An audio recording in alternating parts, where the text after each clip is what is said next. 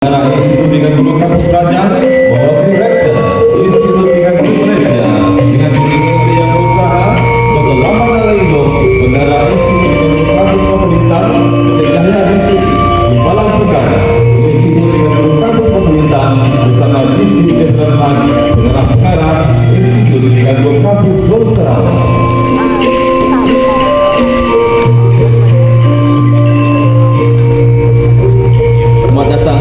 Persidangan Pendidikan dan Inovasi Pendidikan PPIP 2023 Peringkat Kebangsaan.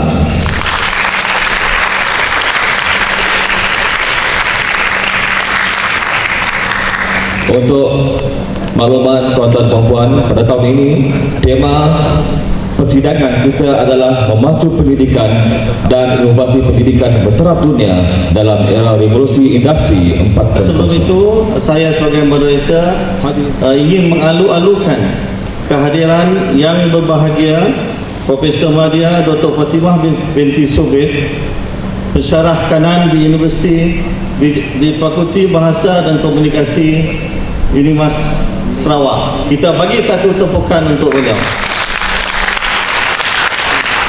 Terima kasih Dr. kerana sudi menerima undangan kami untuk memeriahkan lagi persidangan yang kita adakan pada kali ini. Untuk itu izinkan saya membaca sedikit biodata pengucap utama kita pada pagi ini. Beliau merupakan Profesor Madya di Jabatan Bahasa dan Komunikasi Universiti Malaysia Sarawak, berkelulusan Bachelor of Education Universiti Putra Malaysia, melanjutkan pelajaran tingkat master di Universiti Melaya dan akhirnya mendapat PhD beliau di Universiti Kebangsaan Malaysia. Beliau telah begitu banyak terlibat dengan pelbagai program dan aktiviti kebahasaan, dan saya tidak boleh baca sebab terlalu banyak. Dari segi penerbitan hampir beratus ini, dari segi pekajian pun hampir ratusan juga. Tetapi saya ambil yang penting sebab kita kesuntukan masa, kerana kita peruntukkan 1 jam saja untuk ucap pertama kita pada pagi ini. Beliau pernah menerima anugerah perkhidmatan cemerlang Kementerian Pelajaran Malaysia pada tahun 2003. Dan untuk makluman para hadirin, beliau juga merupakan pendidik suatu ketika dulu sebelum beliau menyertai UNIMAS. Beliau pernah menerima anugerah perkhidmatan cemerlang Universiti Malaysia Sarawak 2012. Pernah menerima pengiktirafan khas MAGU 2017, anugerah penerbitan UNIMAS dan anugerah perkhidmatan cemerlang UNIMAS sekali lagi pada tahun 2021. Untuk itu kita dengan segala hormatnya mempersilakan yang berbahagia Profesor Madya Dr. Fatimah binti Sobit untuk ucap pertama satu. Menganjur kerana menjemput saya pada pagi ini. Jadi saya akan pembentangan saya akan dibagikan kepada 2 bahagian lah. Okey. Jadi kita lihat dahulu tajuk yang akan saya bentangkan pada pagi ini ialah pendekatan semantik inklusif dalam pengajaran pembelajaran bahasa. Ini merupakan satu cadangan. Jadi saya harap cadangan ini nanti boleh dipikirkan oleh pelajar, oleh para penginovasi dan juga para guru di tengah sana. Sebenarnya saya mengharapkan apa yang di tengah itu lebih ramai sebab kita di situ ada para guru. Okey, jadi tanpa membuang masa banyak, kita bahagikan dahulu penang saya yang pertama ialah kita melihat apa itu semantik inklusif ini secara ringkas. So saya telah melaksanakan banyak kajian dalam bidang ini. Saya berguru juga dengan Profesor Dr. Nur Hashimah Jalaluddin, itu guru saya. Beliau berguru pula dengan Des Berber dan Debbie Wilson. Okey, jadi semuanya ini telah digarapkan menjadi satu pendekatan dalam pengajaran. Saya pernah bertanya dengan profesor saya, boleh tak saya jadikan pendekatan ini satu pendekatan pengajaran, sebab selama ini kita menggunakan pelbagai kaedah teknik pengajaran. Misalnya saya pernah menjadi seorang guru macam Dr. Zainal sebut, kita ada pendekatan macam pendekatan berfokus, pendekatan mengalami menghayati, kemudian kita ada pendekatan struktural. Pendekatan struktural ini memang tidak boleh lari lah kalau kita mengajar misalnya berkaitan dengan bidang bahasa, jurnal puisi dan sebagainya, sebab kita lebih mengarah kepada menjurus kepada lulus peperiksaan. Jadi apa yang ada pada pelajar cuma nak lulus, jadi kita nak pelbagaikan. Dan sekarang ini kita ada inovasi dan sebagainya. Tahun abad 21 sekarang ini kita ada KBAT dalam tu, kita berfikir aras tinggi, kemudian kita ada multidisiplin. Jadi semua ini kita boleh garapkan dalam apa yang kita sebutkan sebagai semantik inklusif ini. Saya biasa nak ingatkan, kita bukan hendak mengajar teori kepada pelajar. Sebab pelajar tidak akan ingat teori, tetapi kita sebagai pendidik kita harus tahu bagaimana untuk menerapkan sesuatu pendekatan yang berdaya saing, yang berada dalam arus pemmodelan sekarang ini. Misalnya IT yang kita ada sekarang ini dan sebagainya, macam mana kita nak selarikan. Jadi kita lihat di situ semantik ke sini ni ringkas saja. So yang ini saya belajar bertahun-tahun dan saya telah mengeluarkan ramai juga pelajar PhD, pelajar master yang membuat semantik positif ini dalam pelbagai bidang bahasa. Bahasa Melayu definitely banyak. Bahasa Tamil saya dah cuba, Sikh pun saya dah cuba, bahasa Iban dah cuba, Bidayuh pun dah ada, dan baru ini bahasa Melanau. Jadi semuanya boleh seiring. Cuma pendekatan dalam kelas saja lagi belum ada dalam 5-6 saja kajian. Tetapi dapat dilihat kejayaan pendekatan ini. Saya pernah bersama juga seorang pelajar saya, kami ke sebuah sekolah dan melihat bagaimana pendekatan ini diterapkan. Dan kemudian ada beberapa lagi orang guru yang menuntut bersama untuk pendekatan ini dapat menerapkannya. Jadi nanti saya akan kongsi pada bahagian kedua pembentangan saya. Jadi seperti saya katakan tadi, kita lihat dahulu semantik inklusif ini secara ringkas. So dalam semantik inklusif ini kita ada 3 peringkat Yang peringkat pertama ialah semantik strip. Yang ini kita biasa. Alright, nanti kita beritahu apa itu semantik strip, kemudian kita ada semantik resonans. Di sini yang memerlukan keupayaan kognitif. Sebab kita punya pengajaran pendidikan sekarang ini, kita ada KBAT itu. Kita tak kata kebat, sebutannya KBAT, ini akronim, Jadi kita lihat bagaimana yang ini kita gabung jalinkan. Kemudian pendekatan semantik resonans ini juga nanti ada gabung jalin teori, ada gabung jalin data dan keupayaan kognitif ini. Dan kemudian kita akan beralih kepada semantik inklusif. So di situlah nama itu ditarik. Dan pelopornya ialah Nur Hashimah Jalaluddin lah. Saya tanya beliau, boleh tak saya terapkan ini dalam pengajaran? Dia kata, cuba Fatimah, cuba. Maka saya telah mengambil cabaran berkenaan. Jadi dalam pendekatan yang kedua ini, peringkat yang kedua ini, kita ada teori relevance. So saya suggest kita bukan ada teori kita sebagai pendidik kita kena tahu bagaimana hendak menyerapkannya nanti. Kemudian kita ada rangka rujuk silang. So ini latar sedikit, nak ajar memang panjang lah. So kita kena berguru lah di sini. So kalau kita lihat di situ, semantik skripnya di situ ialah makna pada peringkat harfiah sahaja. Mana pada peringkat harfiah. Yang ini kita sering diberitahu ketika kita belajar. Misalnya makna tangkai jering, maksudnya kedekut lah. Itu je yang kita tahu. Tapi kita tak tahu kenapa tangkai, kenapa jering digunakan. Kenapa tidak ada simpulan bahasa kita gugus pemurah seperti anggur? Kenapa tidak ada jawapannya? Kenapa anggur? Sebab anggur tidak ada dalam budaya kehidupan masyarakat Melayu ketika itu. Jadi kita akan lihat satu persatu. Kemudian kita lihat perkaitan data itu dan teori dengan kognitif penutur. Seperti sebutan tadi, kita aplikasikan teori relevance atau simple saja kita sebut sebagai TR, dan juga rangka rujuk silang. Bridging framework, cross framework ataupun RRS lah, yang ini diperkenalkan oleh Kempson lah, rangka rujuk silang ini, dan teori relevance ini daripada Dance, Verber dan Gavin Wilson. Jadi kita gabungkan semua ini pendekatan terkini dalam bidang linguistik. Saya mempakari bidang semantik dan pragmatik ini, jadi kedua-duanya digabung jalinkan.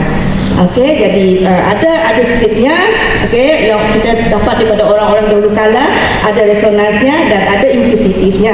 Jadi inklusitif ini, peringkat ketiga ini, nanti kita akan melihat maksud tersirat. Sebab pembelajaran bahasa Melayu ini kita tidak habis setakat makna yang tersurat sahaja. Kita kena lihat apa yang dihajati. Yang tersirat itu yang hendak kita terokai. Sebab kita bukan nak lulus tulisan saja, kita nak belajar ada jangka pendidikan jangka panjang, long life learning. Itu yang kita nak tahu, kita nak terapkan. Seterusnya, alright, apakah maksud inklusitif ini? Tadi saya buat surface saja. Inklusitif ini inquire, inklusitif, menyoal kenapa, kenapa dan kenapa, mengapa dan mengapa, sehingga kita mendapat jawapannya. Jadi kita nak terapkan ini dalam kalangan pelajar. Kita nak mereka bertanya sehingga mereka dapat jawapan kepada apa yang mereka nak tahu. Jadi seterusnya, semangat ini tahu ini serta dorongan untuk kita terus meneroka mencari jawapan kepada perkara yang sebenarnya. Yang ini yang saya kata tadi, yang dimaksudkan oleh sesuatu ungkapan. Ini profesor saya lah, Noor Hashimah. Data tidak ada, data autentik. Jadi pendekatan bahasa Melayu, pengajaran bahasa Melayu kita ini bukan semestinya untuk puisi saja. Dan saya juga nak ingatkan juga, saya dah buat juga untuk novel. Pelajar saya seorang guru juga telah menerapkan pendekatan ini dengan teori relevant sekali dalam pengajaran novel, juga menunjukkan kejayaan. InsyaAllah kalau lagi mungkin viral lah. Kemudian kita ada semantik dan konteks. Kita tak boleh lari pada semantik, kita tak boleh lari pada konteks. Kalau you ambil semantik saja, apabila kita bicarakan konteks, di situlah masuknya bidang pragmatik. Sebab kalau baik semantik sahaja dia tak cukup. Misalnya saya bagi contoh, kita semantik ini, contoh saya bagi satu ayat yang sangat popular kalau orang baca tentang semantik, kucing mengejar tikus. Ayat yang diberi oleh pelopor-pelopor lah, kucing mengejar tikus. Kalau kita lihat ayat ini betul dari segi strukturnya, ada predikatnya, ada subjeknya, ada kata kerjanya, ada full stopnya, lengkap. Kucing mengejar tikus. Tetapi kalau kita terbalikkan kepada tikus mengejar kucing, kita akan kata, oh ayat itu salah, tak betul, kita menyalahi hukum tata bahasa. Ini dalam bidang tata bahasa, tapi kita tak boleh confine kepada bidang tata bahasa saja. Kita kena luas. Sebab itu kita kena lihat. Kalau tikus mengejar kucing itu, kalau orang pragmatik macam melihatnya sebagai sesuatu yang betul. Kenapa? Kita melihat kepada makna konteks. Kalau orang tata bahasa, tikus mengejar kucing, ayatnya dah salah. Alright, jadi itu yang hendak kita terapkan. Kalau saya bagi satu lagi contoh, saya pergi ke rumah Dr. Zainal. Contoh, saya bawa Encik Mike. Saya nak jumpa Dr. Zainal. Kami pergi drive, Mike drive kami kat situ. Kemudian kita datang ke rumah Dr. Zainal, kita tak nampak. Saya tanyalah Mike ada tak Dr. Zainal kat rumah ni? Dan Mike jawab saya, kasut dia ada. Alright, saya cuma nak jawapan ya, ada atau tidak. Tetapi Mike bagi saya, mana Mike? Michael. Alright, Mike cuma bagi saya kasut dia ada. Jadi itu yang hendak saya teliti. Kalau kasut dia ada, adakah dia ada kat situ? Adakah itu kasut Dr. Zainal? Adakah itu kasut anaknya, abangnya? Kita tak tahu. Jadi jawapan itu masih mengundang jawapan.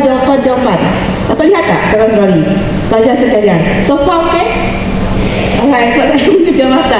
Satu lagi contoh saya bagi. Anda pergi kuliah, Anda duduk di rumah sewa, pelajar sekalian. Lepas itu Anda bangun tidur, Anda terlewat, Anda tanya kawan Anda. Anda sekali sebelum kuliah Anda akan tanya, pelajar sekalian, Anda mungkin baca surat khabar, Anda tanya, ada surat khabar ke hari ini? Ataupun Anda dah berebut-rebut nak pergi, saya dah lewat ni, pukul berapa jam ini? Anda tanya kawan Anda. Kalau Anda bangun lewat, buat assignment kan, tidur mimpi assignment, bangun pun kena buat assignment. Itu je kerja pelajar, tak ada kerja lain. So bangun, pukul berapa jam ni, saya dah lewat ni. Dia kawan dia kata, oh surat khabar dah sampai. So anda tahu bahawa anda telah lewat sebab setiap pagi anda baca surat khabar pukul 8 pagi. Anda tanya kawan anda pukul berapa sekarang ini, tapi kawan anda kata surat khabar dah sampai. Kawan anda tak jawab pukul 8 pagi. Atikah contoh, pukul 8 pagi lah Atikah. Sebab dia tahu bahawa tiap pagi pukul 8 anda baca surat khabar. Tapi bila anda tanya pukul berapa sekarang ini, Atikah tanya, Ani jawab surat khabar dah sampai. Maknanya anda tahu anda lewat, anda bergegas. Maknanya jawapan dia bukan dia nak beritahu surat khabar sudah sampai, bukan. Dia nak bagi tahu bahawa sekarang sudah pukul 8. Jadi jawapan ini yang perlu kita terokai dalam pendekatan semantik inklusitif ini. Okey. Alright, kita dengar lagu ini. Inspirasi kepada pendekatan semantik inklusitif ini dari apa? Okey, kita dengar sedikit video boleh Pagi-pagi dah dengar video. Alright, dengar lagu nyanyian.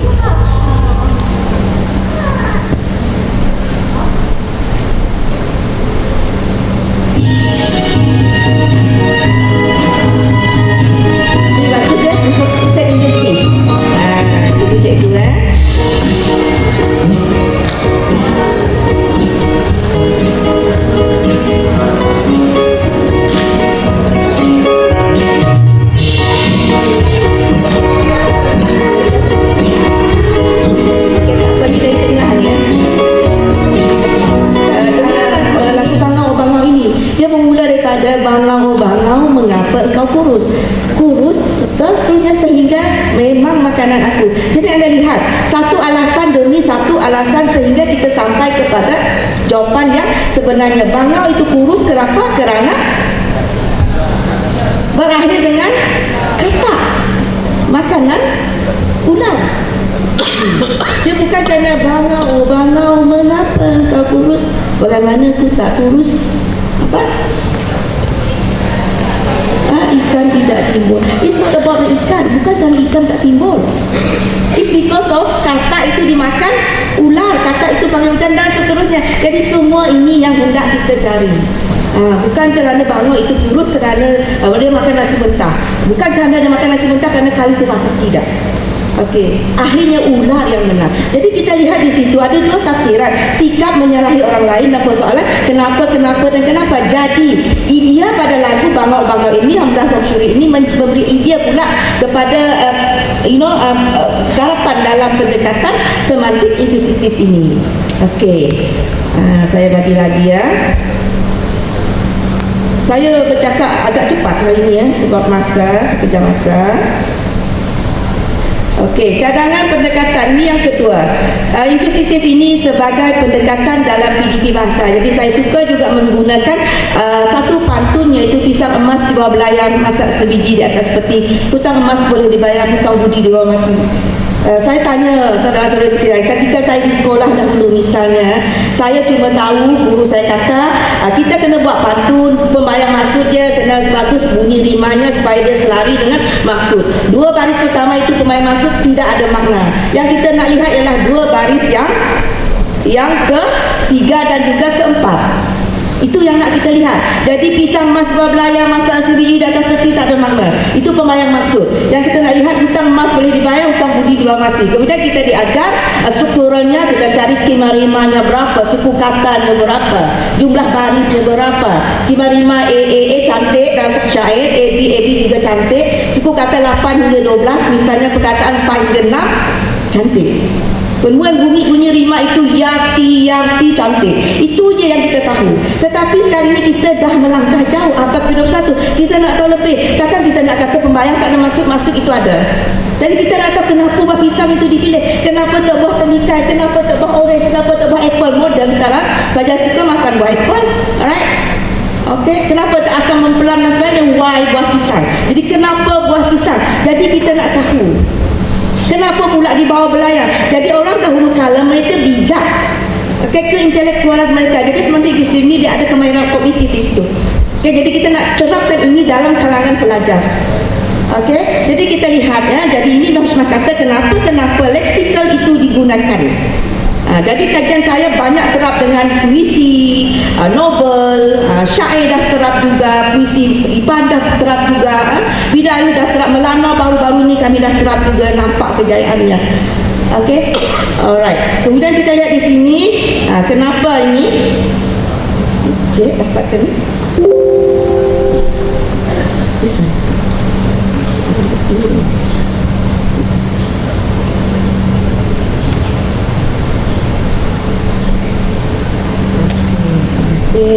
Tadi dah diberitahu macam mana nak guna, sebab saya lain dekat sini sistem dia lain. Okey, so ignore yang lain-lain itu. Mana tu? Tak ada ni.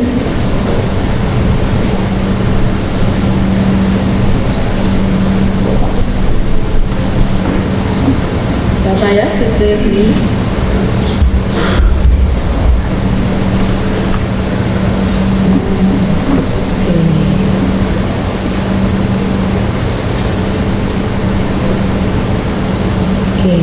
Ini ada jawapannya. Kenapa pisang emas dibawa belayar, bukan pisang embun, bukan pisang nastali? Kenapa pisang emas? Apa spesialnya pisang emas?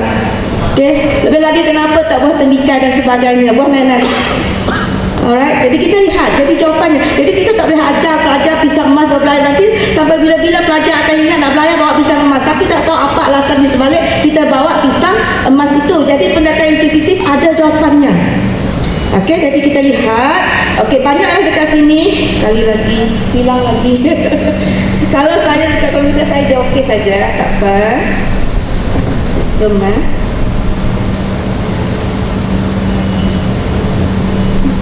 Terima kasih ya, perlu Okey, ini pisang emas. Kalau ada masa boleh baca lah ya.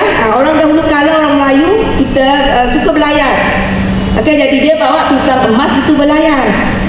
Okey, nah kenapa dia bawa pisang emas ini? Kenapa dia berlayar? Kenapa? Sebab apa? Ada alasannya. Okey, kita lihat di sini ya. Ada yang lebih penting dalam pelayaran orang-orang Melayu bagi meredah lautan, iaitu bekalan. Jadi dia kena bawa bekal pisang. Okey, kemudian dalam pelayaran kenapa dia perlu berhutang? Hutang emas itu dibayar ke? Kemudian hutang budi diwamati. Semua ini ada jawapan. Jadi jika ada masa saudara-saudari boleh baca. Okey, saya bagi secara disandar ignore di ada advertisement dalam ini ya, dengan izin. So pantun ini sebenarnya penuh kesenian, keunikan dan akal budi orang Melayu. Kita lihat orang Melayu sebayang ini, kita pendekatan ini diformulasikan berdasarkan puisi otentik orang Melayu. Jadi saya cuba kepada bangsa-bangsa kita yang lain di Sarawak ini kita berjaya. Okay, sebab itu kita tak boleh lari daripada membicarakan puisi Melayu kat sini ya. So diberi nama pisang emas dan pisang ini menyekunikan. Okey, itu yang boleh baca sendiri. Pisang ini dibawa belayar sebab apa? Pisang ini membekalkan tenaga. Sebab itu atlet pun makan buah pisang. So nak berlayar, ada yang mabuk laut, pisang ini boleh menghilangkan mabuk laut. Okey, so masak sebiji di atas peti, boleh baca. Kalau saya baca nanti tak habis. So kalau kita dalam pelayaran mungkin tak ada doktor ketika itu, mungkin ada dukun saja, dia banyak penyakit. So pisang itu boleh sebagai suplemen untuk kita hindari apa yang kita ada ini. Okey, mabuk laut dan sebagainya. Okey, pisang emas itu petua mabuk laut, boleh menghilangkan mabuk laut. Sebab itu pisang emas dibawa belayar. Nah, kenapa dia masak sebiji di atas peti? Apabila kita berlayar ini ambil masa. Okay. Pisang emas ini dia tak masak sekali, dia masak sebiji hari ni, esok 2-3 biji lagi. Dia tak masak sekali satu tandan, tidak. Kalau dia masak sekali satu tandan, maknanya busuk lah. Tak sampai lagi kita tiada nasi busuk, tak ada peti sejuk dan sebagainya ketika itu. Jadi keintelektualan ini digarap. Orang Melayu bijak, dia tengok persekitaran dia tengok berpisang, dia tengok kapal dan sebagainya, maka tercipta pantun itu. Itu hak cipta. Semua hak bersama, tidak ada hak cipta terpelihara. Semua boleh guna, tak perlu IP sekarang ini ya. Alright, pensyarah sekalian, tak perlu IP cikgu-cikgu sekalian. Okey, jadi kita bebas. Jadi itu sebab kenapa pisang itu dibawa berlayar. Okey. Nah, saya bagi lagi contoh ya, kaki botol di situ, kaki botol. Kalau kita nak ajar pelajar kat sini, ada lagi contoh analisis. Okey, saya tak banyak masa. Kaki botol. Kaki botol ini kita cuma sebut sebagai makna skripnya ialah mabuk, pemabuk. So pelajar akan didedahkan, okey, kaki botol maknanya pemabuk. Tapi kita tak nak berhenti setakat kita beritahu pelajar kaki botol itu pemabuk. Kita nak pergi beyond that mechanism. Kita nak pergi lebih daripada itu. Sebab kita nak bekalkan pelajar kepada KBAT itu. Okey, pengajaran abad ke-21. Okey, jadi kita lihat kenapa kaki, kenapa botol, kenapa tidak mulut botol. Sebab yang minum mabuk itu kita, mulut yang minum, kan? Mulut kita yang minum. Satu lagi, kenapa kaki judi, kenapa tak tangan judi? Yang berjudinya tangan, kenapa kaki yang dipersalahkan? Yang minumnya mulut, kenapa kaki yang dipersalahkan? Kaki botol, kenapa tak kaki mulut, kenapa tak mulut botol, contoh. Jadi ada alasan. Jadi kita tak boleh nak biar pelajar setakat itu saja. Kaki botol stop setakat itu, maksudnya pemabuk. Kaki judi stop setakat itu, kuat berjudi, dan seterusnya. Kita tak nak setakat itu. Kita nak pelajar meneroka, mencari. Kenapa. Jadi dalam pemikiran masyarakat Melayu ketika itu, kaki ini merupakan satu anggota yang kuat. Boleh saja cari maklumatnya, saya ringkaskan sahaja. Maka kaki botol itu menunjukkan kepada kuatnya minum. Okey, kuatnya minum. Bukan minum sembarang minum. Minum apa? Minum minuman yang memabukkan. Kenapa tak minum orange itu kita kata kuat minum? Ada alasan di sebaliknya. Minum kopi kita nak kata kuat minum, tak boleh. Pernah kita kata orang itu kuat minum kopi buat dia mabuk? Tak. Jadi ada alasan kenapa minum alkohol itu mabuk, minum kopi itu tak mabuk, tapi kita boleh guna minum itu untuk kaki minum yang ini. Contoh. Okey, dia ada alasan lah. Kemudian ada lagi satu, menanam tebu di bibir. Tebu ini mengeluarkan satu kemanisan, airnya manis. Tetapi makna skripnya ialah janji-janji manis yang tidak ditepati. Jadi kita lihat dahulu sedikit. Kalau saya boleh, okey, ini tebu, ini air manis, ini bibir. Kita lihat kenapa semua ini digarapkan. Kita tak boleh just bagi tahu pelajar, okey, menanam tebu di bibir. Oh, itu janji manis itu. Kita kena tahu, kita nak bagi tahu dia kenapa tebu. Okey, tembikar juga manis, air tembikar juga sedap. Kenapa air tebu? Kenapa tak menanam tembikar di tepi bibir? So kalau ada pelajar yang bijak, mereka bertanya seperti ini, guru kena bersedia dengan jawapan. Jadi semantik inkusitifnya lah yang akan menelusuri jawapan berkenaan nanti. Okey, so saya bagi contoh ini, boleh baca. Okey, persoalan ini ya. Pertama, kenapa tebu, kenapa bibir? Tebu sebenarnya manis, sedap rasanya. Kenapa pula bibir? Bibir itu alat artikulator. Kenapa yang manis itu dikaitkan dengan sifat yang negatif, berbohong, mungkin janji? Kenapa? Sedangkan air tebu manis, tetapi janji tidak ditepati. Jadi ada alasan di sebaliknya. Jadi ini yang hendak kita ajar kepada pelajar. Kita tak boleh kata pelajar setakat itu saja, tak boleh. Memanglah pelajar berfokuskan peperiksaan, tapi kita nak beri mereka lifelong learning. Okey, cikgu bakal pemimpin ya. Okey, jadi cubalah pendekatan ini. Okey, jangan just nak kita guna satu saja pendekatan. Kita kena lebih luas sebab kita ni berubah macam perubahan bahasa ini. Okey. Alright, kita lihat lagi satu. Saya ada satu lagi pengkongsian video. Kalau saya tak kongsi macam rasa tak apa?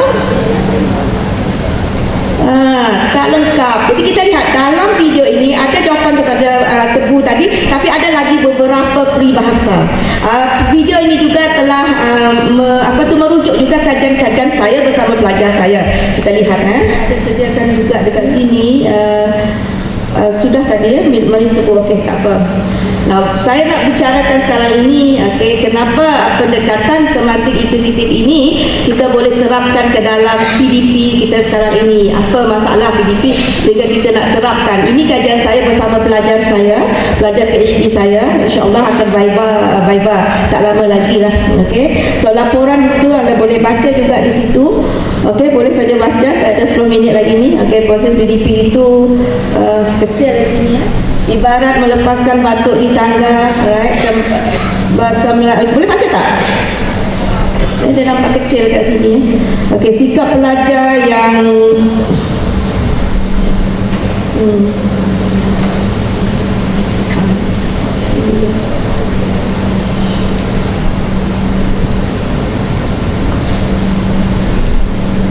Okey.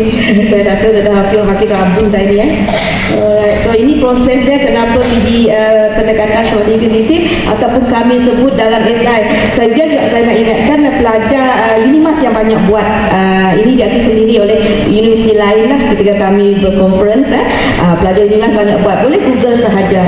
Banyak contoh-contoh kajian yang menekankan yang menggunakan pendekatan semantik inklusif ini. Jadi ini fokus saya sekarang ini sebab ini ialah bidang yang terkini dalam linguistik. So you dah belajar tentang morfologi saudara-saudari, morfologi dah buat. Social linguistik you dah buat, kognitif you dah buat. Semua itu biasa saja. So now kita ada pendekatan yang baru yang kita sebut sebagai inklusif ini. Mungkin boleh kalau ada bengkel boleh dijemput pelajar-pelajar saya untuk mengendalikan bengkel tentang pendekatan ini. Saya amat mengalu-alukannya. Kemudian saya nak tunjukkan contoh pengajaran topik seni bahasa kami pergi ke sekolah dan diterapkan topik seni bahasa ini. Jadi kita lihat di situ. Ini adalah kenapa perlu ada dekat sini. Minta maaf saya tak boleh baca sangat ni. Sebab kalau saya dekat bilik saya dia besar sikit lah, ada TV untuk kita lihat lah. Boleh baca tak? Saya mohon you boleh dengan izin Google. Tanya mesti Google semua ini so ini satu contoh RPH pelajar dan saya kami buat. Kami dah terapkan. Mendapat penilai berpuas hati lah. So ini apa yang you boleh lakukan RPH di kelas. Mungkin ada yang nak latihan mengajar, cuba ini. Saya percaya pelajar akan berminat. Sebab apa? Kita akan minta pelajar guna kamus. So banyak ABM, alat bantu mengajar yang kita boleh pakai.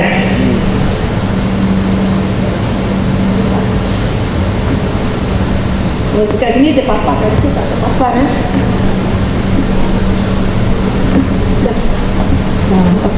So ini yang kita boleh buat lah RPH. Rancangan pengajaran harian bahasa Melayu tahun 4 telah dilakukan. So ini ada contoh dan pelajar sangat seronok. Ada video yang diambil tapi macam tak dapat nak tayangkan video. So ada komen mereka kita ambil. Jadi ini satu pendekatan yang sangat menarik lah.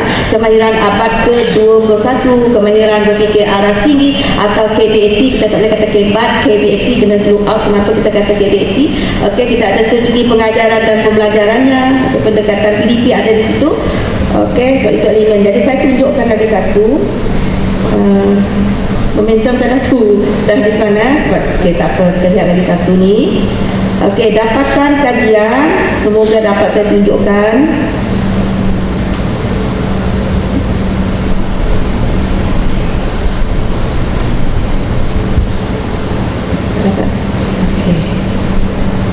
Dia slow sikit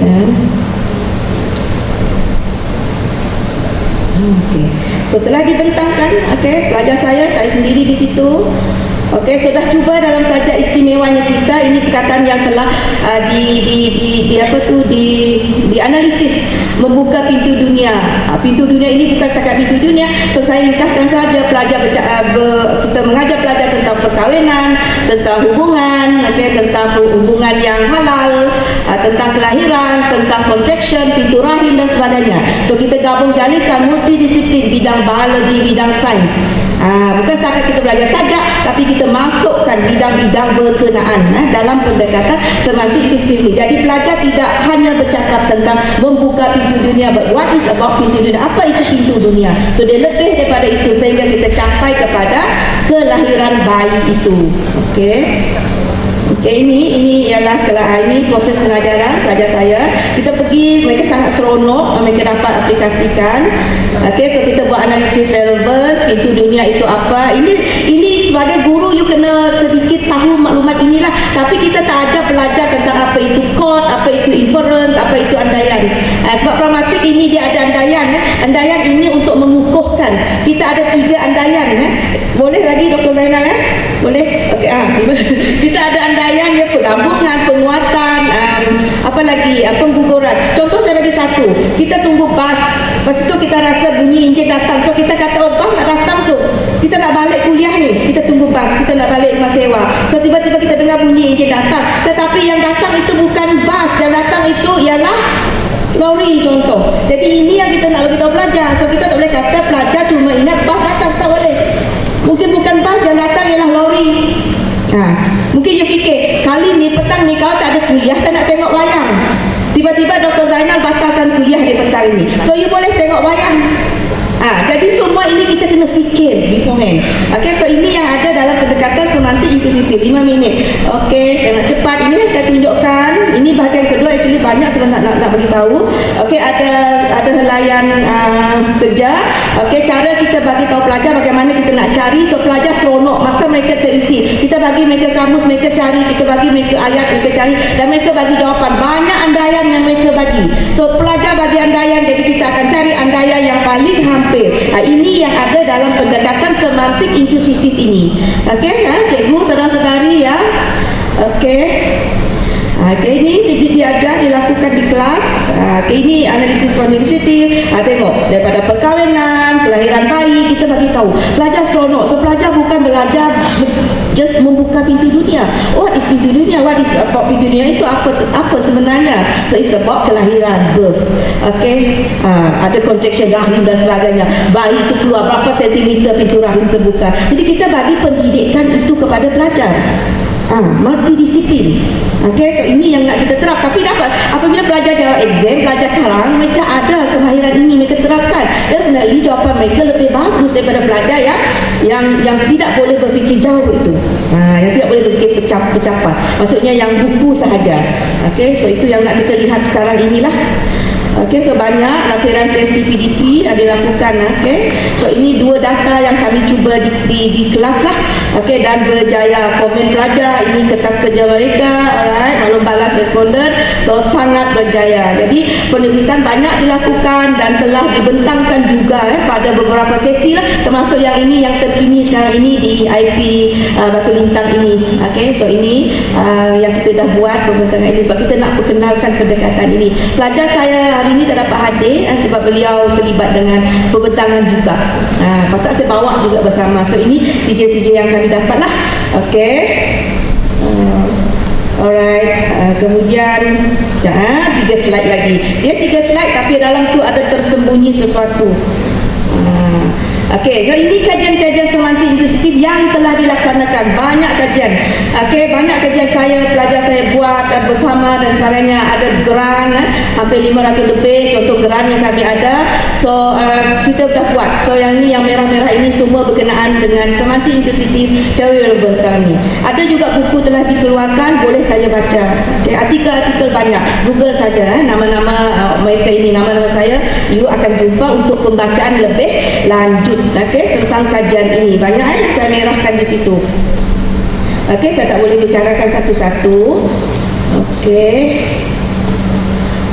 Alright, kebaikan pendekatan ini membuka lebaran baru dalam bidang pengkajian semantik inklusif, pendidikan rendah atau menengah, manfaat kepada pihak KPM. Okey, selaras dengan pelaksanaan KPAT itu dalam pembelajaran abad ke-21 ini ada multidisiplin. Jadi semua itu akan menerapkan kecintaan terhadap apa yang pelajar ini baca, apa yang pelajar ini ajar, terima, apa yang guru ini ajar. Okey, kemudian rujukkanlah kepada guru-guru bahasa Melayu. Bukan saja bahasa Melayu, kami cuba dalam ni kelas bahasa Melayu. Tetapi penulisannya dah ada dalam bahasa Tamil, dah ada bahasa Iban, dah ada Bidayu, dah ada Melangau saya kata tadi. Bahasa Sikh pun kami dah buat. Okey, so dah ada kejayaan insya-Allah. Okey, saya merindui masa sekarang ini. 5 minit, ada 5 minit lagi Dr. Zainal. Okey, so PDP yang mengaplikasikan pendekatan semantik inklusif ini. Okey, dia tak tayang inklusif ini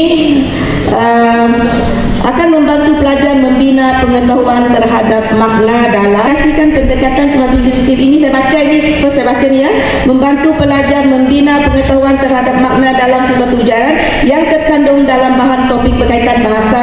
Okey, pendekatan yang berasaskan penorokan ini amatlah sesuai dengan gaya pembelajaran yang terkini selari dengan perkembangan kemahiran berfikir aras tinggi KBAT ini yang diterapkan dalam modul pembelajaran pelajaran abad ke-21. So saya harap ini bertepatan dengan tema pada pagi ini. Jadi saya rasa itu sahaja pembentangan saya. Okey, mohon maaf, okey, ada sedikit gangguan ketika pembentangan, tetapi perkara itu kita tidak dapat jangkal. Okey, jadi saya minta ini selarai rujukan dekat sini lah. Okey, so kita merujuk banyak. Ketua-ketua jabatan, ketua-ketua unit, wakil-wakil Institut Pendidikan Guru Kampus Zon Sarawak, wakil-wakil jabatan, pensyarah-pensyarah, guru-guru serta barisan urus setia dan siswa pendidik Institut Pendidikan Guru Kampus Batu Lintang. Selamat datang sekali lagi ke Persidangan Pendidikan dan Inovasi Pendidikan PPIP 2023 Peringkat Kebangsaan. Majlis kita diteruskan untuk sesi kedua ucap pertama kita pada pagi ini. Dengan itu, dengan segala hormatnya dipersilakan Cik Ho Cheng Wei untuk menerajui sesi kedua kita pada pagi ini. How are you, Doctor? Good morning, Mr. Ho. Can you hear my voice? All right. Dr. Dedi, allow me to introduce Dr. Dedi to you. So Dr. Dedi Irwan is the Deputy Dean of the Faculty of Arts and Language Education at Institut Keguruan dan Ilmu Pendidikan Persatuan Guru Republik Indonesia, also known as IKIP PGRI. He earned his doctorate in the field of educational measurement and evaluation from the University of Leicester, United Kingdom.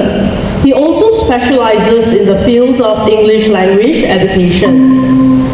In his keynote speech today, Dr. Dedi Irwan will share with us some insights from his research entitled Seamless Integration of In-Service Teachers' Professional Learning Principles and Pre-Service Teachers' Learning Practices, Preparing Future Professional Teachers. I believe this is an issue or topic that is of interest to all of us here today, since we are a teacher education institute and we have plenty of teacher trainees with us here this morning as well. The floor is all yours, Dr. Dedi. Is my sound clear? Can you hear my sound? My voice clear? Okay. So let's try to start the presentation.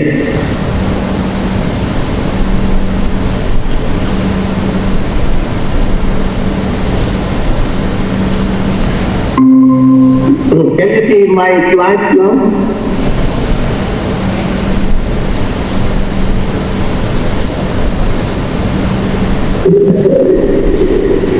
Okay.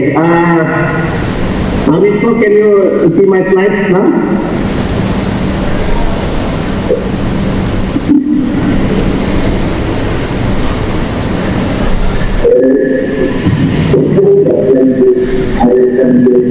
Now let's go.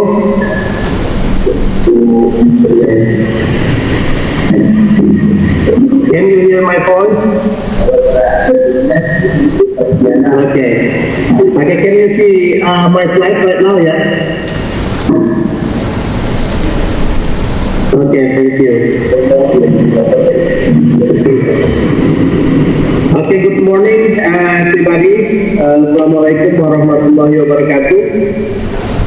First of all, I'd like to say thank you for the committee for the hard work to make this Persidangan come forward that we can do it right now.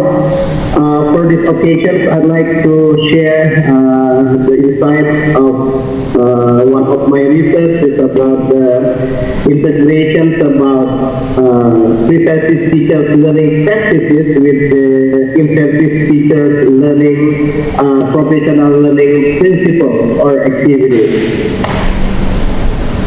Seamless integration means that we are trying to reach the goals that there is no gap or differences of what the student, pre-service teachers or the teachers candidate doing while studying in the university with what they should do in order to be a professional teachers when they become teachers later on.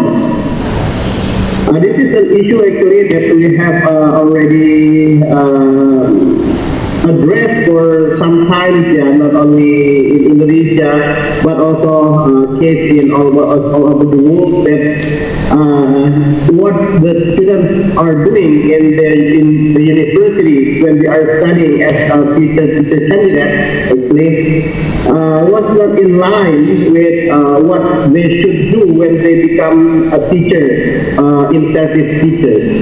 It means that what they are learning, what they are doing, and what they are practicing in university when they are studying to be the candidate of teachers are different with what they should do in school when they become in-service teachers. It is a problem because learning, we go to the second slide, which is about the okay.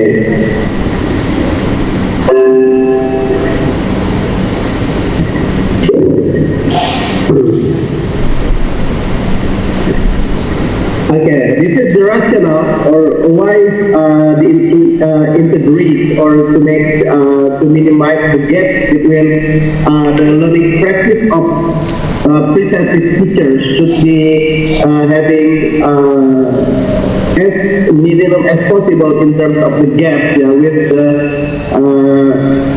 professional learning practices of the in-service teachers. The first is the concept of lifelong learning. Lifelong learning has been proposed as one of the ways to create professional teachers, either professional teachers or in terms of other learning. Many experts have proposed that lifelong learning is an important thing to do in order to be a professional in any subject matters. Because you are a future teachers, pre-service teachers, then lifelong learning is needed in order to be a professional teacher. Lifelong learning means that we are not only learning when we are teaching, but starting. I would like to say thank you, and now I give the time back to Ms. Thank you, Ms. Yes, I stop sharing.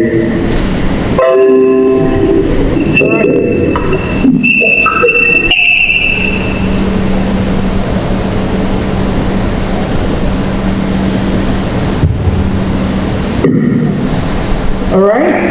Thank you for the insightful keynote speech, Dr. Dedi. It seems like there are 4 factors underlying Indonesian pre-service teachers' learning practices. That is factor 1, constructive discussion and enforcement. Factor 2, research and external learning orientation. And factor 3, reflective collaboration. And factor 4, learning from different sources. I wonder if you would find the same 4 factors among our Malaysian pre-service teachers. Well, it's interesting in that. It'll be good if you can make some sort of a comparison. Well, we actually have 4 minutes left before the closing ceremony. Is there any question from the floor? All right, if there's no question from the floor, I have a very quick question, Dr. Dedi, before we wrap up this session.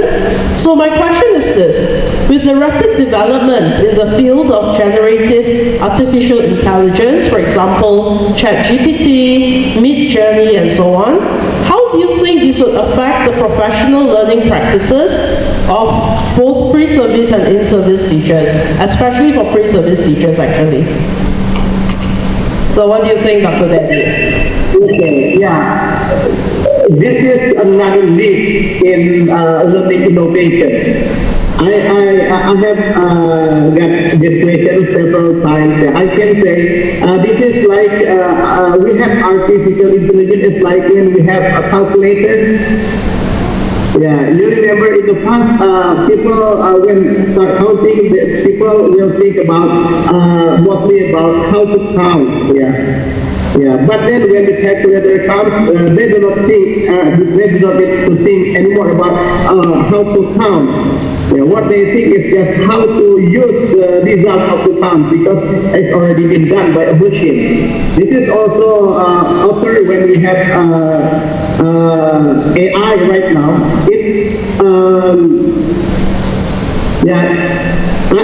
I say this is not only influence, but it's a revolution, in terms of learning. In the past, we have to spend quite a lot of time just to recollect the references, to review references. We have to find journals everywhere and read the books. But now we do not think about it anymore because the AI can do much faster. In the past, maybe in one day we can only review maybe less than 10 sources, but with AI, in 1 minute, they can provide hundreds of resources. Yeah, we cannot deny this need of innovation, but we have to use it wisely, and we have to use it in positive way to improve our professionalism. Like in the past, we have to spend time to find or to review the sources. But now, how we can use that the AI to also make a leap in terms of learning. Yeah, in terms of learning and in terms of improving ourselves. I also have research about it that maybe in later time we can share the finding of this, how it impacts the student learning, and also most importantly it impacts the lecturers when they teach. They must be able to identify which one is the product of AI and which one is the original product of the student. Yeah, because Turnitin cannot do that. Only students. Yeah, that is the most important thing. Yeah.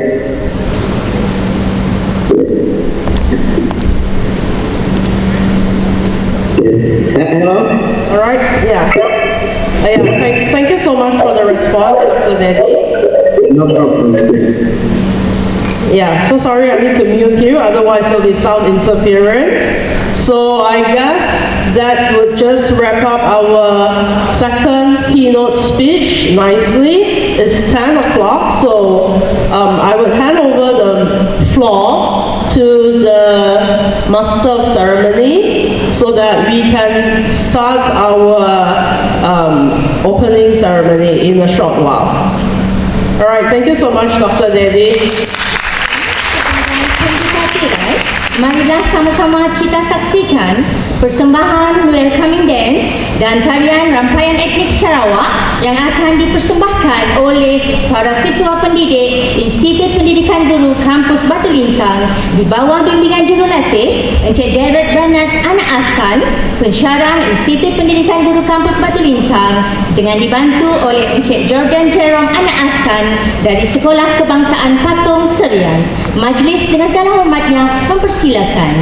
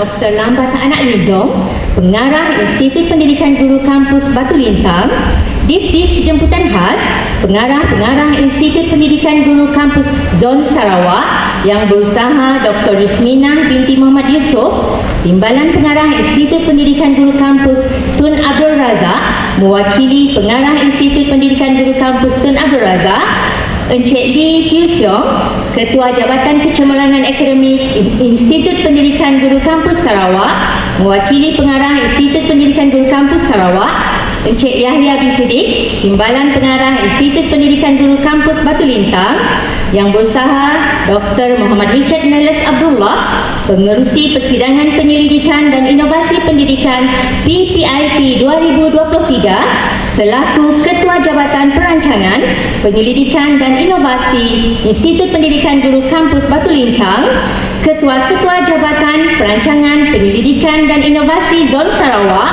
para pengucap kama, para pembentang tugas kerja dan penginovasi, doktor-doktor, tuan-tuan, puan-puan serta para pelajar yang dihormati sekalian. Salam sejahtera, salam Malaysia Madani dan selamat datang ke Majlis Perasmian Persidangan Pendidikan dan Inovasi Pendidikan PPIP 2023 peringkat kebangsaan. Pihak Majlis merakamkan setinggi-tinggi penghargaan dan terima kasih khasnya kepada yang berusaha Dr. Abang Ismail selaku Wakil Rektor dan semua hadirin atas kesudian bersama-sama dalam majlis kita pada hari ini. Hadirin yang dihormati, tampak seri teratai terapung bawa ke pekan dagangan Kelasi. 2 hari kita berkampung memartabat pendidikan meraih inovasi. Penganjuran Persidangan Penyelidikan dan Inovasi Pendidikan PPIP 2023 peringkat kebangsaan yang bertemakan memacu penyelidikan dan inovasi pendidikan bertaraf dunia dalam era revolusi industri 4.0 sangat signifikan dengan keperluan dan cabaran dunia pendidikan hari ini yang memerlukan guru-guru sentiasa kompeten dan berdaya seiring agar sentiasa berada setapak di hadapan. Yang berusaha Dr. Abang Ismail bin Abang Haji Julhi, mewakili Rektor Institut Pendidikan Guru Malaysia untuk menyampaikan ucapan sekaligus merasmikan Persidangan Penyelidikan dan Inovasi Pendidikan PPIP 2023. Majlis dengan segala hormatnya. Terima kasih saudara dan saudari pengacara majlis. Selamat pagi, salam sejahtera, salam Malaysia Madani. Yang berusaha Dr. Abang Ismail bin Abang Haji Julhi, Pengarah Institut Pendidikan Guru Kampus Rajam, Wakil Rektor Institut Pendidikan Guru Malaysia. Yang berusaha Dr. Yusminah binti Muhammad Yusof, Timbalan Pengarah, mewakili Pengarah Institut Pendidikan Guru Kampus Tun Abdul Razak, Kota Semerahan. Encik Lee Hiu Siong, Wakil Pengarah Institut Pendidikan Guru Kampus Sarawak Miri. Yang berusaha Encik Yahya bin Siddiq, Timbalan Pengarah Institut Pendidikan Guru Kampus Batu Lintang. Yang berusaha Dr. Muhammad Richard Neles Abdullah, Ketua Jabatan Perancangan, Penyelidikan dan Inovasi Institut Pendidikan Guru Kampus Batu Lintang selaku Pengerusi Persidangan Penyelidikan dan Inovasi Pendidikan 2023, Ketua-Ketua Jabatan, Ketua-Ketua Unit, Barisan Pengucap Utama, para pembentang kertas kerja dan para inovasi, doktor-doktor, tuan-tuan dan puan-puan, serta pelajar-pelajar yang dihormati sekalian. Pertama sekali, saya ingin memanjat syukur kepada Yang Maha Esa kerana dengan berkat dan izinnya dapat kita hadir di auditorium Tun Ahmad Zaidi Adrus, Institut Pendidikan Guru Kampus Batu Lintang di pagi yang indah ini, sempena dengan Majlis Perasmian Persidangan Penyelidikan dan Inovasi Pendidikan Peringkat Kebangsaan tahun 2023. Saya sangat berbesar hati meraih dan mengalu-alukan kehadiran tetamu kehormat kita serta tuan-tuan dan puan-puan yang terdiri daripada para pendidik sama ada dalam kalangan pensyarah IPG dan IPTA, JPN, PPD, sekolah dan pelbagai lagi jabatan serta institusi pendidikan ke Institut Pendidikan Guru Kampus Batu Lintang. Saya berharap semoga anda semua akan memperoleh sesuatu yang bermakna dan menjana pengetahuan baharu dalam sesi ucap tama, pembentangan kertas kerja dan juga pertandingan inovasi dalam persidangan selama 2 hari ini. Untuk pengetahuan para hadirin dan seperti mana yang telah disebutkan tadi, sebanyak 62 kertas penyelidikan sudah dan akan terus dibentangkan dan lebih ataupun 125 hasil inovasi akan dipertandingkan dalam persidangan kali ini. Tuan-tuan dan puan-puan yang dihormati, seperti mana yang kita semua sedia maklum, persidangan kali ini bertemakan memacu penyelidikan dan inovasi pendidikan bertaraf dunia dalam era revolusi industri 4.0 dan ianya merupakan landasan kepada para pendidik khasnya untuk meningkatkan kompetensi pengajaran dan pembelajaran melalui pelbagai platform dan secara amnya kepada siswa guru, pentadbir dan pengurus institusi pendidikan untuk meningkatkan kualiti pendidikan di negara kita yang tercinta ini. Perkara ini adalah seiring dengan tuntutan semasa khasnya dalam era revolusi industri 4.0. Penyelidikan dan inovasi bertaraf dunia merupakan salah satu daripada hala tuju transformasi Institut Pendidikan Guru, di mana semua pensyarah perlu menjalankan penyelidikan dan inovasi di samping menerbit dan membentangkannya untuk perkongsian bermakna. Hal ini adalah seiring dengan tuntutan semasa yang memerlukan para pendidik memiliki pengetahuan, kemahiran, kompetensi dan nilai dalam melaksanakan agenda pendidikan negara, justru meningkatkan prestasi dan kemejadian murid. Saudara-saudari, tuan-tuan dan puan-puan yang dikasihi sekalian, sesungguhnya persidangan ini merupakan platform yang penting bagi semua warga pendidik untuk berkongsi dapatan kajian dan inovasi mereka. Percambahan idea daripada hasil persidangan tentunya dapat membentuk dan memacu satu perkongsian profesional ke arah pewujudan amalan terbaik dalam kalangan pendidik bagi menghadapi cabaran pendidikan dalam dunia VUCA pada masa ini yang penuh dengan ketidakstabilan, ketidakpastian, kerumitan dan kekaburan. Untuk menghadapi dunia VUCA sudah semestinya dunia pendidikan memerlukan kreativiti dan inovasi bagi mencipta karakteristik pembelajaran yang fleksibel, dinamik, kreatif, inovatif serta cerdas agar kita dapat mencipta persekitaran pembelajaran yang bebas, kreatif, kompeten dan bermakna dan tidak lagi terperangkap dalam amalan biasa atau hanya dalam ruang lingkup bilik darjah semata-mata. Akhir kata adalah menjadi harapan saya agar persidangan seumpama ini akan memberi impak yang besar dan dapat menyumbang terhadap peningkatan kualiti pendidikan negara kita. Selamat bersidang. Sekian. Terima kasih.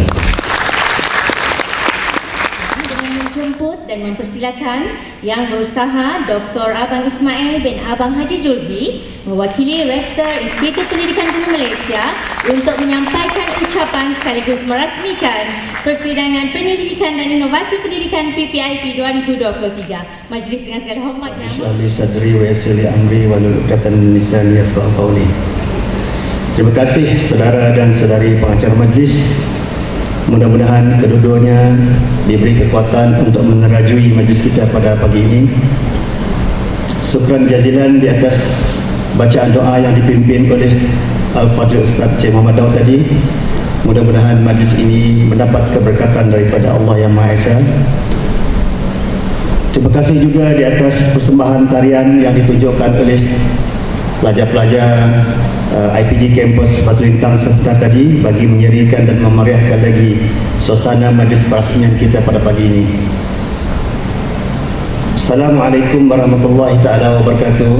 Salam sejahtera, salam Malaysia Madani dan salam menjulang pendidikan negeri Sarawak. Yang berusaha Dr. Lambat Analindung, Pengarah Institut Pendidikan Guru Kampus Batu Lintang. Yang berusaha Dr. Yusminah binti Muhammad Yusuf, Timbalan Pengarah IPG Kampus Tun Abdul Razak, mewakili yang berusaha Pengarah IPG Kampus Tun Abdul Razak. Yang berusaha Encik Lee Tiu Siong, Ketua Jabatan Kecemerlang Akademik, mewakili Pengarah IPG Kampus Sarawak Miri. Yang berusaha rakan sejawat saya Encik Yahya bin Siddiq, Timbalan Pengarah IPG Kampus Batu Lintang. Yang dihormati Dr. Muhammad Richard Neles bin Abdullah, Ketua Jabatan Perancangan, Inovasi Pendidikan dan Inovasi IPG Kampus Batu Lintang, Ketua-Ketua Jabatan, Ketua-Ketua Unit, para pembentang, para pengucap utama, para penginovasi, barisan pensyarah, dan seterusnya siswa pendidik yang saya hormati sekalian. Assalamualaikum warahmatullahi wabarakatuh dan salam sejahtera. Baik, pertama kali marilah kita sama-sama panjatkan kesyukuran kepada Allah Subhanahu wa taala kerana dengan limpah kurnia-Nya mengizinkan kita untuk berkumpul di auditorium Tun Ahmad Zaidi ini ataupun Daza semata-mata untuk menzahirkan hasrat kita bagi menyokong dan juga mendukung persidangan pendidikan dan inovasi pendidikan peringkat kebangsaan pada tahun 2023. Jadi saya mengambil kesempatan ini untuk mengucapkan tahniah dan syabas di atas kerjasama yang ditunjukkan oleh keempat-empat buah IPG dan negeri Sarawak untuk menganjurkan persidangan ini. Yang keduanya, saya ingin menyampaikan salam yang berbahagia Dr. Rektor kita. Beliau tidak dapat hadir bersama-sama kita pada pagi ini disebabkan mempunyai komitmen dan juga tugas resmi di Institut Pendidikan Guru Malaysia. Jadi beliau setelah mendapat persetujuan daripada yang berusaha terlambat untuk mewakili beliau merasmikan persidangan kita pada pagi ini. Baik, tentu ada perempuan yang saya hormati sekalian. Pendidikan dan inovasi ini cukup penting bagi kita kerana ia merupakan satu platform yang amat dinanti-nantikan oleh warga pendidik. Kerana melalui pendidikan dan inovasi ini kita dapat mentransformkan bukan sahaja di dalam bidang pendidikan, malah di dalam bidang pembelajaran, pedagogi dan seumpamanya. Dan justru itu ianya menjadi satu kewajipan kepada barisan pensyarah dan juga kepada pelajar-pelajar apabila dah bergelar guru nanti, jadikanlah pendidikan dan inovasi ini merupakan satu budaya yang perlu kita garap, yang perlu kita terjemahkan, kerana melalui pendidikan dan inovasi ini sajalah kita dapat menyelesaikan satu-satu masalah yang berlaku sama ada di institusi ataupun di sekolah tempat anda ditempatkan nanti. Jadi IPG ini merupakan satu tempat yang amat sesuai untuk tuan-tuan diredahkan dengan pendidikan, khususnya di kalangan siswa pendidik. Kerana anda mendapat ilmu yang begitu banyak yang dicurahkan oleh barisan pensyarah sebagai peneraju kepada kecemerlangan pendidikan ini. Baik, saya mengambil iktibar daripada dua buah negara, iaitu negara Jepun dan juga negara Korea Selatan. Pada satu ketika dahulu, Korea Selatan adalah seimbang dengan kita dalam bola sepak. Begitu juga dengan negara Jepun. Tetapi oleh kerana fizikal mereka agak rendah berbanding dengan kita di Asia dan juga di negara-negara Eropah, mereka menjadi pasukan belasahan pada era tahun 70-an dan juga 80-an. Jadi Korea Selatan dan Jepun mengambil iktibar daripada kekalahan itu. Dan salah satu yang dilakukan oleh kedua buah negara ini adalah menjalankan pendidikan bagaimana nak meningkatkan fizikal mereka supaya mereka sama juga dengan negara-negara Eropah yang lain. Bermacam-macam pendidikan dijalankan, terutamanya dari aspek pemakanan yang dilakukan oleh Korea. Saya mengambil iktibar daripada satu kajian yang dilakukan oleh Korea Selatan dalam bidang pemakanan. sehingga kedua buah negara ini dapat menjalankan kajian untuk memberi impak terhadap perkembangan fizikal anak-anak Korea. Dan pada era 1990-an kita ketinggalan dengan Korea Selatan disebabkan mereka memaksimalkan pendidikan itu untuk diterjemahkan kepada pelajar-pelajarnya di sekolah dan juga pelajar-pelajar di institut. Dan buat masa sekarang, kalau kita sedia maklum, Korea Selatan dan juga Jepun tidak pernah miss ataupun tidak pernah ketinggalan di dalam Piala Dunia ataupun World Cup bermula pada tahun era 1990-an sehinggalah kini. Inilah impak saya fikir yang dilakukan oleh kedua buah negara ini dalam bidang pendidikan dan juga inovasi.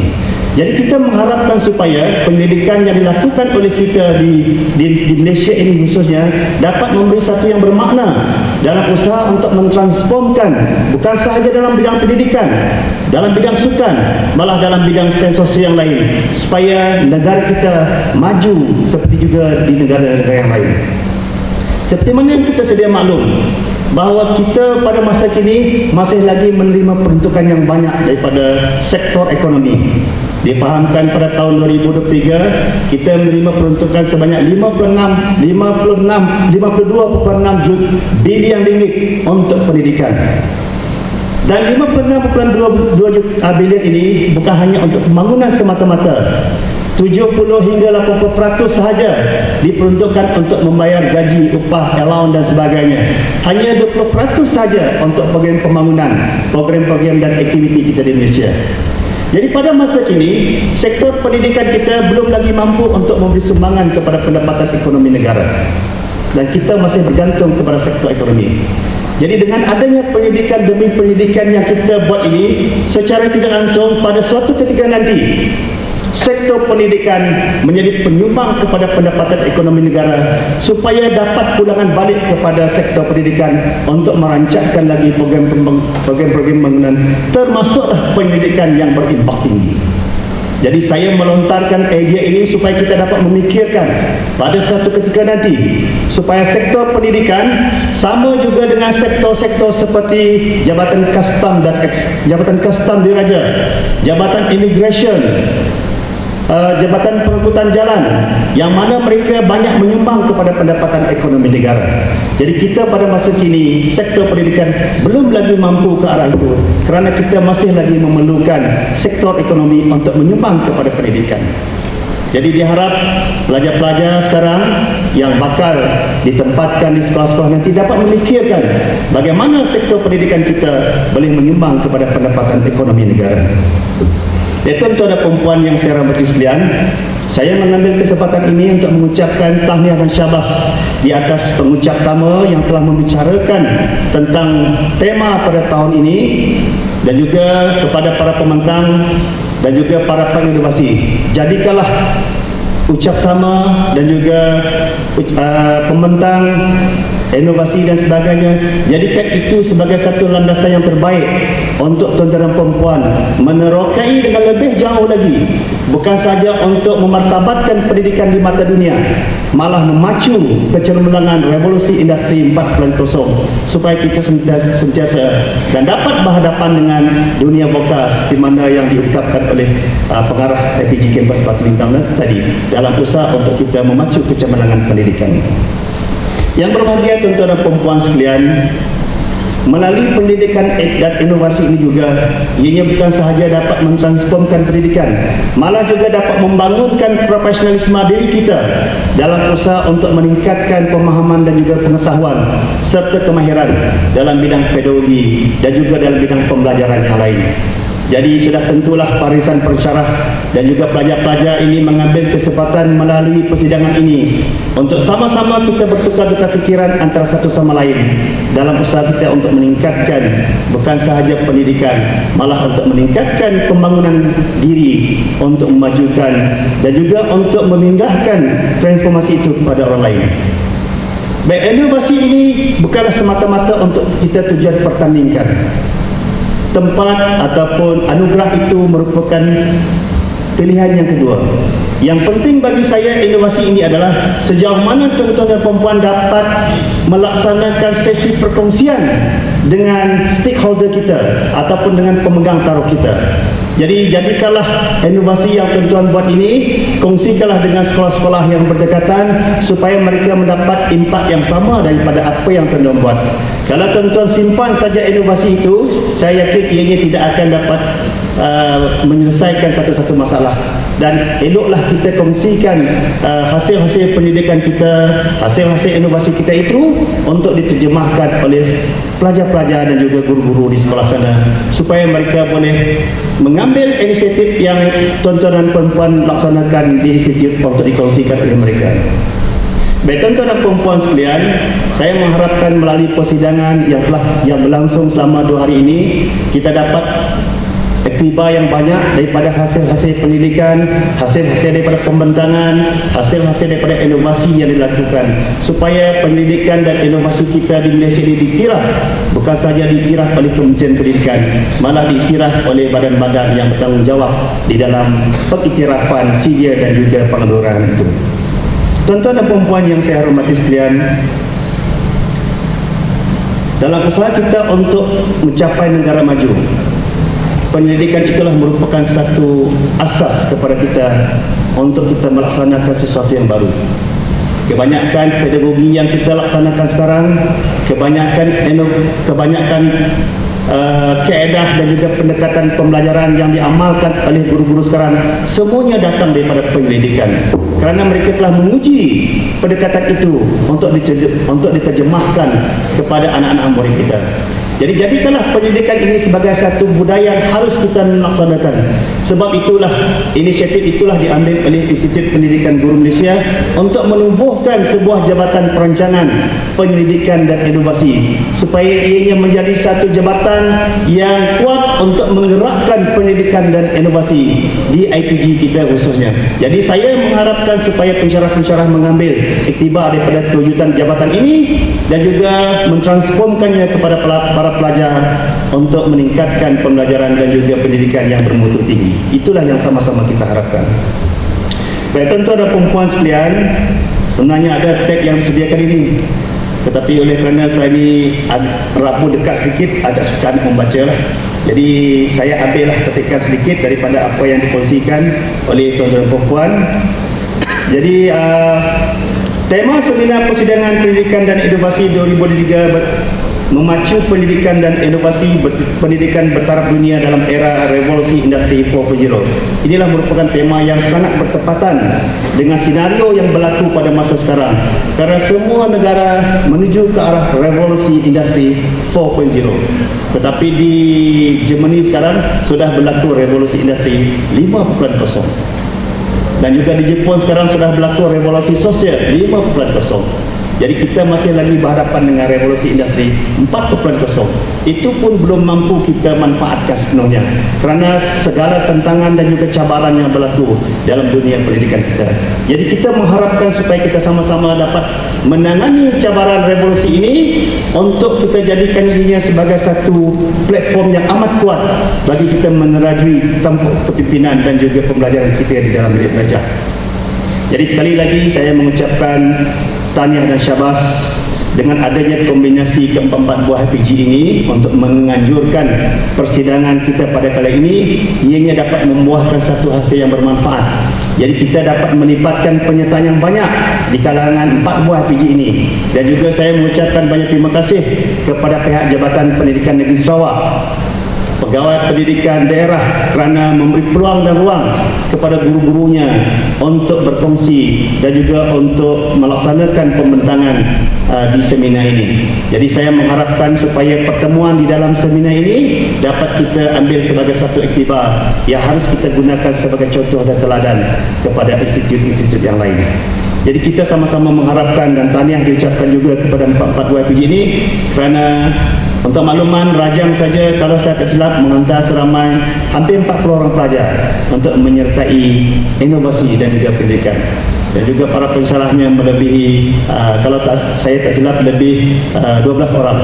Jadi itulah sokongan dan dukungan yang harus diberikan. Begitu juga dengan Tun Abdul Razak dan juga IPG Kampus Sarawak Miri yang telah menghantar pensyarah dan juga pelajarnya untuk terlibat secara langsung di dalam seminar ini. Jadi kepada bakal-bakal pelajar, bakal-bakal siswa pendidik yang akan ditempatkan di sekolah nanti, jadi budayakanlah pendidikan dan inovasi ini. Kalau tak dapat buat pendidikan, buatlah kajian tindakan untuk menyelesaikan isu dan permasalahan yang berlaku di sekolah anda. Dengan kajian tindakan ini nanti, ianya dapat merungkai segala permasalahan yang berlaku dan ianya dijadikan sebagai satu contoh kepada sekolah-sekolah di daerah yang lain untuk diikuti dalam menyelesaikan masalah. Jadi saya rasa terima kasih diucapkan kepada pihak penganjur kerana sudi menjemput Dr. Rektor kita dan terusnya mewakili saya untuk hadir bersama-sama dengan tuan-tuan dan puan pada persidangan pagi ini. Jadi untuk itu, dengan lafaz Bismillahirrahmanirrahim dan rasa sukacitanya, saya merasmikan Persidangan Pendidikan dan Inovasi Pendidikan Peringkat Kebangsaan PPIP 2003 dengan resminya. Wabillahi taufiq wal hidayah. Wassalamualaikum warahmatullahi wabarakatuh. Terima kasih. Gimik peresmian Persidangan Pendidikan dan Inovasi Pendidikan Peringkat Kebangsaan 2023. Untuk itu, majlis mempersilakan Yang Berusaha Dr. Abang Ismail sebagai Wakil Rektor Institut Pendidikan Guru Malaysia untuk menyempurnakan atau cara gimik perasmian.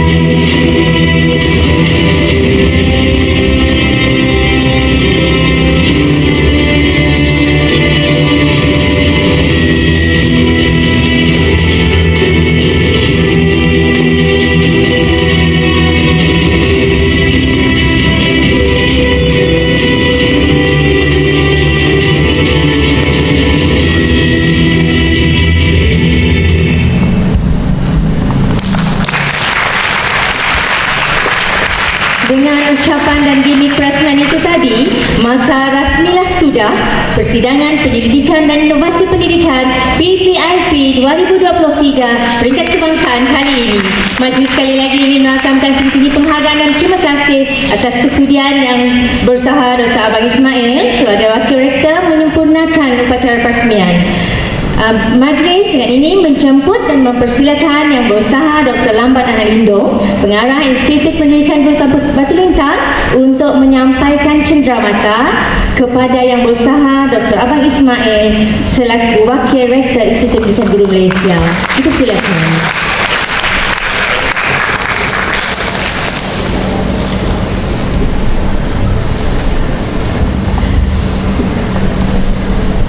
Atau cara seterusnya ialah lawatan ke tapak pameran inovasi.